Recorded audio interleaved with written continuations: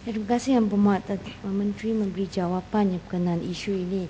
Saya nak tahu setakat ini berapa jumlah kematiannya yang melibatkan pelatih yang sedang menjalani latihan PLKN. Sebab saya rasa terlalu banyak kematian tidak kurang daripada 18 kejadian setakat. Mungkin Yang Berhormat Menteri boleh bagi jawapan yang lebih tepat. Dan saya memandang serius kadar kematian ini, dan saya nak tahu sejauh mana penekanan yang ada diberi dalam aspek keselamatan dan kesihatan kepada pelatih-pelatih ini. Sebab kita membaca dalam laporan The Star baru-baru ini juga seorang ibu mengadu di kem Putra Sentosa Sematan, di mana anak juga mengadu bahawa demam tinggi, tetapi rawatan yang sewajarnya tidak diberi. Walaupun ada dihantar untuk rawatan outpatient, tetapi tidak mencukupi, sehingga ibunya, menurut laporan, ibunya perlu pergi kem membawa anaknya keluar untuk dimasukkan ke hospital swasta, dan di hospital swasta menerima rawatan 5 hari. Ini aduan ibu bapa ini. Setiap kali apabila ada kematian berlaku, seringkali kita membaca ibu bapa mengadu bahawa kelewatan atau kelewatan, khasnya kelewatan pemberian rawatan yang sewajarnya kepada pelatih ini. Jadi mungkin Yang Berhormat Menteri boleh maklumkan, menjelaskan situasi sebenarnya kejadian sedemikian. Terima kasih Yang Berhormat Sungai Siput, Batu Gajah. Saya sangat tabik dan hormatlah Batu Gajah, sebab Yang Berhormat masih ingat statistik tu 18. Cuma Yang Berhormat terlupa nak masukkan mendiang binot, sebenarnya 19 semua. Yang Berhormat kata 18 tu betul lah.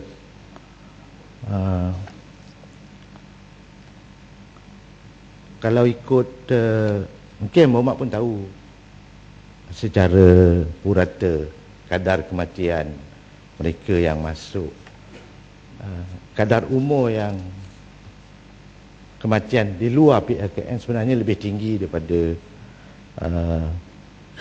kematian di PLKN. Maknanya kalau nak selamat, lebih selamat masuk PLKN.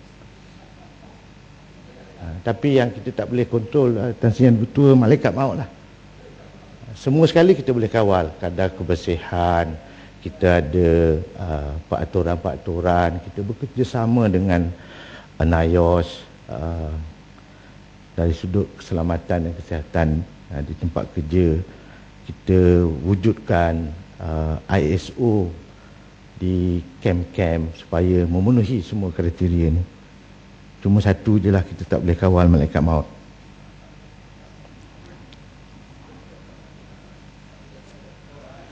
Tak boleh kawal.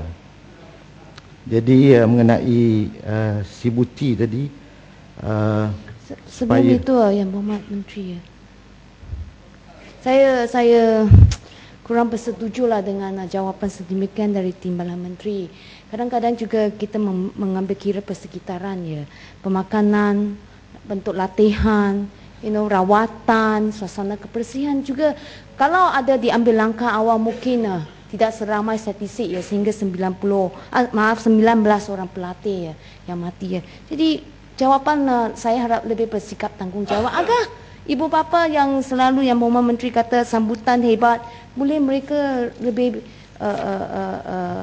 tenang apabila menghantar pelatih anak mereka menjalani PLKN. Dan satu perkara saya juga ingin mengambil kesempatannya.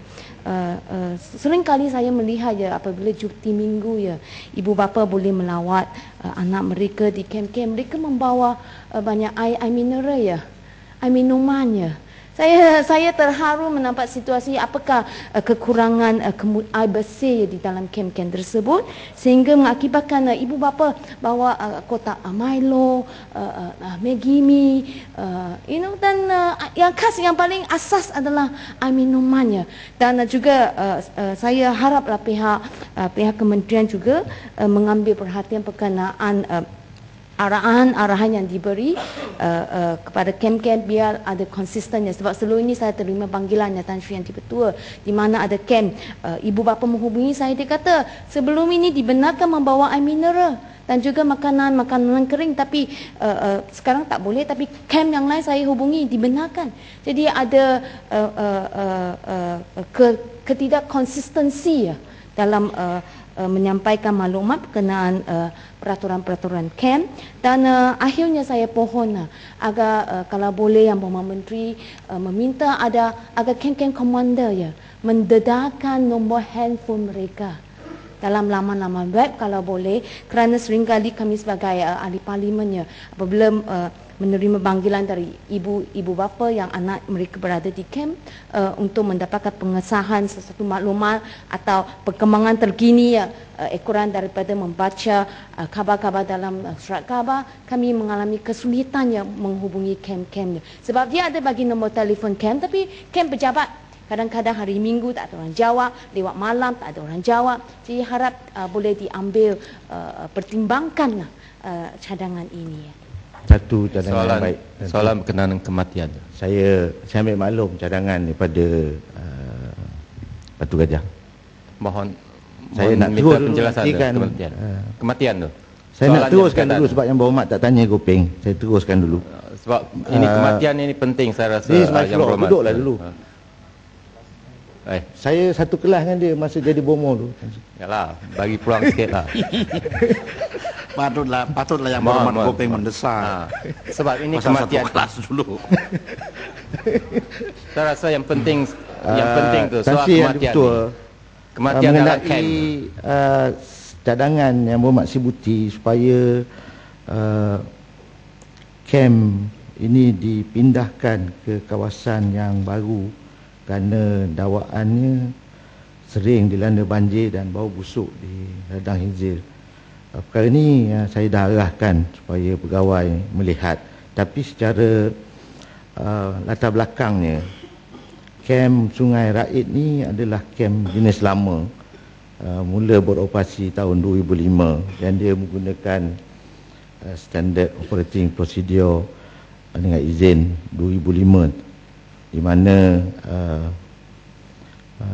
pihak kesihatan pun menuluskan jauh di antara ladang Hinzil dengan kem ni 1 kilometer, tapi bawah standard yang baru dia mesti lebih daripada 10 kilometer.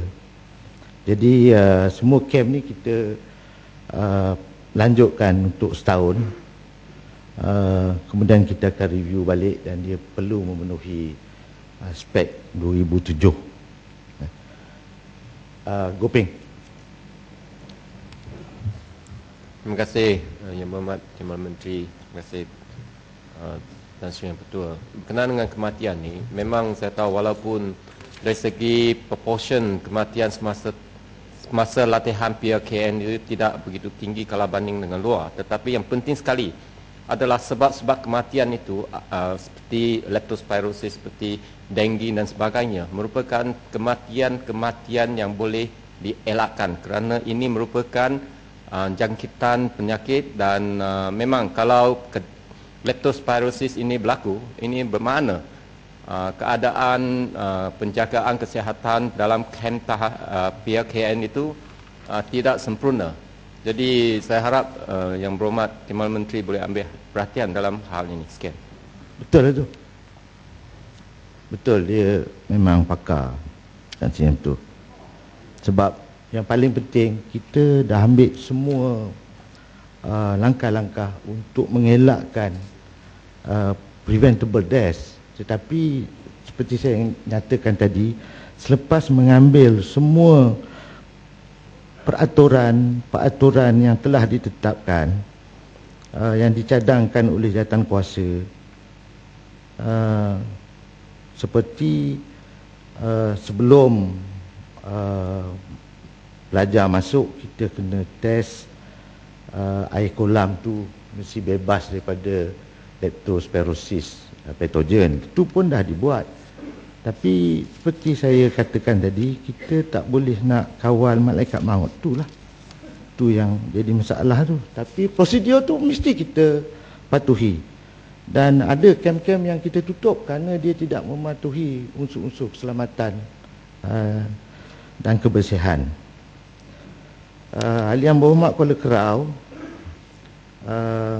ingin menanyakan mengenai kem askar wataniah di Parlimen Kuala Kerau, dan juga Yang Berhormat Sahabat Bernam menanyakan tentang lapang sasar untuk askar wataniah. Ingin saya maklumkan di Dewan Yang Mulia ini bahawa prioriti markas tentera darat adalah untuk memastikan program AMICARE, iaitu projek rehabilitasi kem-kem tentera darat yang sedia ada. Ada 104 kem yang perlu kita naik taraf, dan tiap-tiap kem ini harganya lingkungan 40 ke 50 juta, dan kita akan buat melalui kaedah transformasi.